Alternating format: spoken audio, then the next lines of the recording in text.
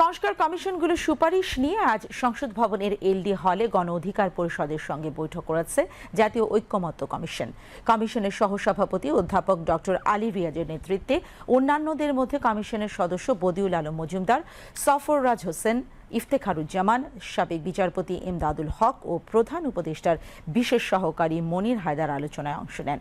আলোচনায় গণ অধিকার পরিষদের সভাপতি নুরুল হক নূরের নেতৃত্বে 10 সদস্যের প্রতিনিধি দল অংশ নেয়।